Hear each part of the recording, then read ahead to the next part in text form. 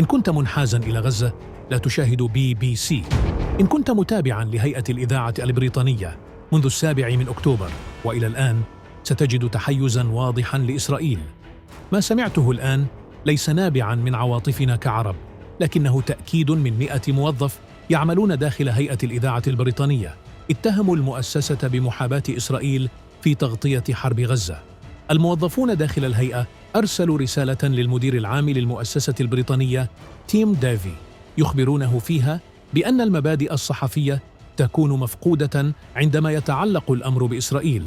واحدة من أبرز التضليلات الإعلامية لهيئة الإذاعة البريطانية العنوان الخاص باستشهاد الطفلة هند رجب البالغة من العمر 6 سنوات، حين اختارت BBC عنوان هند رجب عثر عليها ميتة في غزة بعد أيام من مكالمات هاتفية طلباً للمساعدة، بينما كان من الواجب مهنياً أن يبرز اسم الجانية إسرائيل في العنوان واختيار وصف القتل بدلاً من الموت.